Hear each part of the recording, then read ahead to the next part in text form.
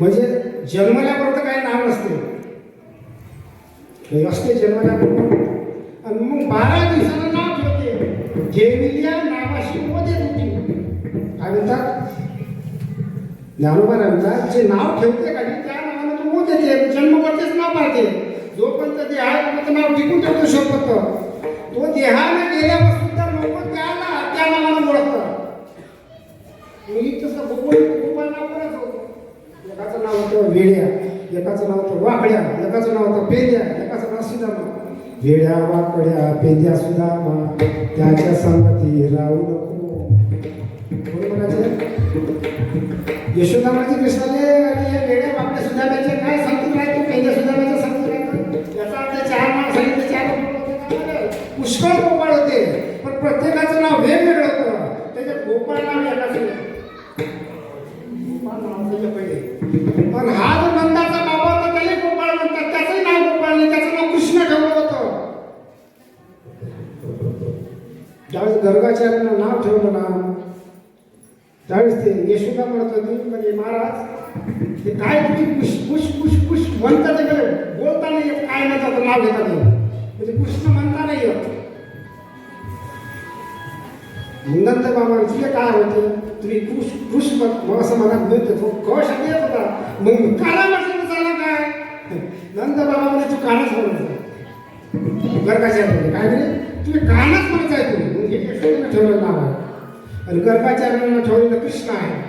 हा साधू संत महात्म्यानं नाव जे ठेवलं ते गोपाळ आहे.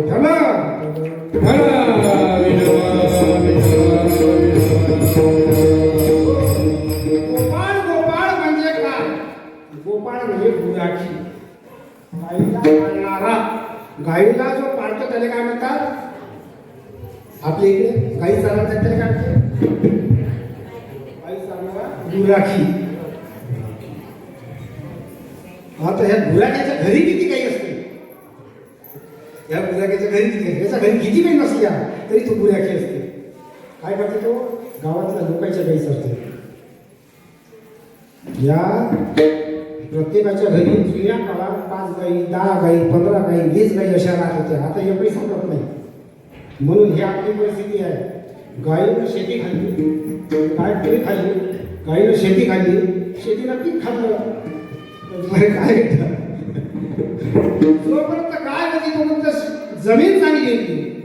ज्या जमीन चांगली होती तर उत्पन्न चांगलं होतं, पीक चांगलं होतं, पीक चांगलं होतं म्हणून आपण चांगलं होतो. आपण चांगलं होतं मग सगळं बरोबर होतं. पण सगळं खाल्लं जाऊ दे. आता त्याच्या मागे काही लागू नका. काय सांगायचं आहे का? जो गाई चालतो पहिल्या लोकांजवळ गाई असायच्या. 100 गाई जर त्याच्याकडे असल्या तर काही चालत मालक गाईचा. मग 100 गाई पोसा करता त्याच्या घरी शेती वेगळी राहायची, पण त्या गाईला चालण्यासाठी वेगळं रान राहायचं. आणि मग त्या मालकानं एक गुराखी नेमाचा. अशा करता गाई चालण्याकरता रोजच नाही महिन्याला काय सांगतो. आणि तो गुराखी त्यानं सांगितला की त्या गुराख्यानं गाई चालायचं. तो गुराखी काय करायचा? गुराख्याचं काम असायचं सकाळी उठायचं. सकाळी उठल्या मालकाच्या घरी जायचं. त्या सगळ्या गाई सोडायच्या, शेण पोटा करता गाई सोडायच्या, गाई चारायला न्यायच्या. गाई चारायला नेल्या तर मालकाने जिथं सांगितलं गाई चारायला तिथं चालायच्या. लोकांच्या वावरात, लोकांच्या वावरात जमून काय नाही जमलं. कुठं? आपल्या वावरात. आपल्या म्हणजे गुराख्याच्या नाही, कोणाच्या? मालकाच्या. गाईच्या मालकाच्या, त्या मालकाच्या. त्या मालकाच्या वावरात गाई चालायच्या. संध्याकाळपर्यंत चांगलं चालणं पाणी पेरणं झालं तर 5 वाजता घराकडे आणायच्या. घराकडे त्याच्या पोट्यात द्यायच्या, बांधून द्यायच्या. त्याच्या दुभत्या गाईच्या दुभत्या गाई धुवायच्या. त्याचं दूध काढायचं. आणि दूध काढलं तर मग ते मालकाला नेऊन द्यायचं. आपल्या घरी नाही द्यायचं. नाही द्यायचं. ते कुठे मालकाला द्यायचं. आणि मालकाने जे दूध दिलं या जसं सकाळी आला तसं खाली येत वापस जायचं. घेणं त्याचं फक्त मजुरीशी संबंध, बाकीच्या गोष्टीशी काही संबंध. गुराख्याने मालकाच्या गाईसंग किती संबंध आला? मालकासंग किती संबंध आला? जेवढ्या रोजानं सांगितलं काम करायचं तेवढं, बाकीचं काहीच नाही. मग तो इथून घरी गेल्यावर रात्रभर चिंतन करायचं का? तो काही त्या गाईचं काहीच नाही. म्हणजे तो मोकळा. मालकाच्या गाई चारणं, मालकाच्या गाईचं दूध पिणं, मालकाचं स्वाधीन करणं, आपण मोकळं होणं. हे होतं गुराख्याचं काम. याच गुराख्याला जुन्या काळी काय म्हणायचे? गाई राखणारा म्हणजे गोपाळ. म्हणून असे जे गाई चालणारे होते त्यांना गोपाळ म्हणतात. या गोपाळ हा शब्द गोकुळातल्या गाई चालणारेले आहे. त्या गाई चालल्या गेल्या आहेत. आणि म्हणून हे गोपाळ, या गोपाळाच्या संदर्भात हाय गाई चालत होता. हाय गाई चालतात. गाई चालणारे गाई चालणारे एकत्र आले. मग या दोघांचा संवाद घडला. बरोबर? तसा घडत नाही. म्हणजे देवासंग संवाद करायचा असेल तर काय अधिकार लागतो माणसाला? आपल्याला जर देवासंग संवाद करायचा, देवासंग बोलायचा काय अधिकार लागतो? आपल्याला गोपाळ बनावं लागेल. जर आपण गोपाळ बनू नाही तर मग आपल्याला देवाशी संवाद करता येणार नाही. म्हणून तू म्हणतात गोपाळाचा हा अधिकार आहे का ती देवाशी संवाद करतात, देवाशी बोलतात.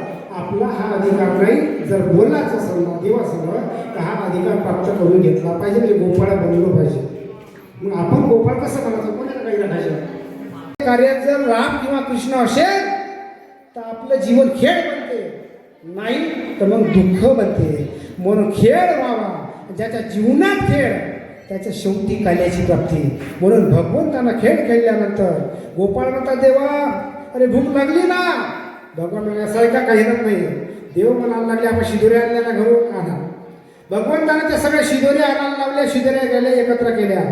खळकी सोडलेल्या मोठा आजीचा दैकाला गोमटा. भगवान म्हणायला लागले अरे गोपाळांमध्ये शिदोऱ्या आणल्या म्हणजे पाहिल्या शिदोऱ्या कशा आहेत? अरे काय म्हणे? अरे खायचं असेल तर काय खा मला. घ्या रे भोकरे भाकरी दही भाताची शिदोरी ताक सांडा दुरी असेल ते. अरे ताक असेल तर काढून टाका बाहेर. बाकी सगळं येऊ द्या. काय भोकरे भाकरी दही भात सगळं येऊ द्या. ताक सांडा दुरी. कारण इथं कसं आहे? इथं हा एक जरी खेळ असेल भगवंताच्या संगतीत असेल तरी नियम आहे. येथे द्यावे तशी घ्यावे. नियम आहे. चुकत नाही आपलं.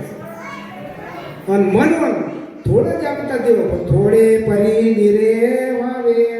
भगवान म्हणायला लागले आणि असं तर लक्षात ठेवा ना, असं बघा असं आणलं माझ्याजवळ.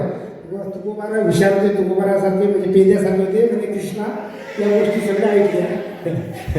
पण एक लक्षात ठेवा, आमच्या घरी जर कोणी असं तर दुसरं आली, आमच्या घरीच कोणी नाही ना. तुका म्हणे हरी माझे कोणी नाही घरी, नका सारू दुरी आता पाया वेगळे. भगवंताला शरण गेले, घरी पाठवू नका, दुसरा आणायचं काही शिल्लक नाही, आहे कसं घ्या. भगवान मला शरण आला ना चालते.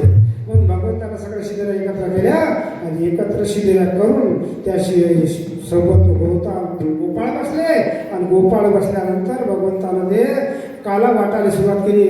भगवंत काला गोपाळाला देतात, गोपाळ भगवंताला काला चालतात. हा काल्याचा महोत्सव चालला. ते ज्यावेळेला इंद्रादी देवताला पाहिलं ते काला खाण्यासाठी उत्सुक झाले, त्यांना खाता येत नाही. मग काय करतात, म्हणून पाहायला जाऊ आजी ओ सम्रावती काला पहावया येते, देव विसरती देव भाव आपुला. अशा प्रकारे सर्व इंद्रादी देवाले काला पाहण्या करतात, पण खाता येत नाही. मग कसं करा, म्हणून देव जडी झाले मासे यमुनेच्या डोहात गेले, मोठमोठे मासे बनले. हात धुवून काहीतरी भेटत काही जमलं मला. पण गोकुळच्या गवळणी होत्या, त्या गवळीनं पाहिलं, अरे देवानं आम्हाला रास क्रीडेत नेलं, कोण काला नाही गेला. दुसरी गवळण म्हणायला लागली रास क्रीडेत नेलं हे म्हणे आपल्याला कसं जातं. एक शाहिनी गवळ होती, ते म्हणजे देवानं जन्म कोणता दिला हे माहिती आहे. देवानं आपल्याला जन्म कोणता दिला हे माहिती आहे, पण या जन्माला पुरुष कसं बनता येते हे मला माहित आहे. पहिले पुरुष बनू मग काला खायला जाऊ, म्हणजे पहिले गोपाळ बनू आणि मग काला जाऊ. म्हणजे रास क्रीडेचा आनंद त्याला भेटला असल्यावर त्या आनंदापेक्षा हा उच्च प्रतीचा आनंद आहे, हा आपल्याला प्राप्त झाला पाहिजे. या उद्देशानं लालसाईत झालेल्या गवळणी एकमेकींना हाका मारायला लागल्या.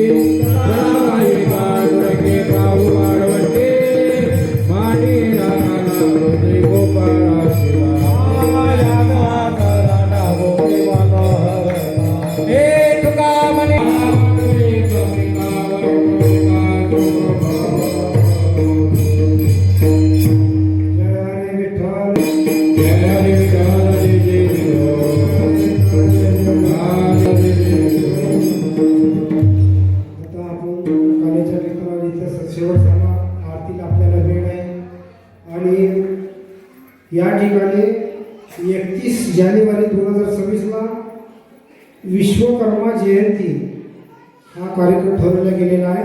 31 जानेवारी 2026 म्हणजे इथून बरोबर 31 दुपारी 12 वाजता या संधीचा लाभ घ्यावा. दुसरी गोष्ट अशी, आरती होण्याच्या अगोदर आरती झाल्याशिवाय कोणीही उठायचं नाही आहे. आरती होण्याच्या अगोदर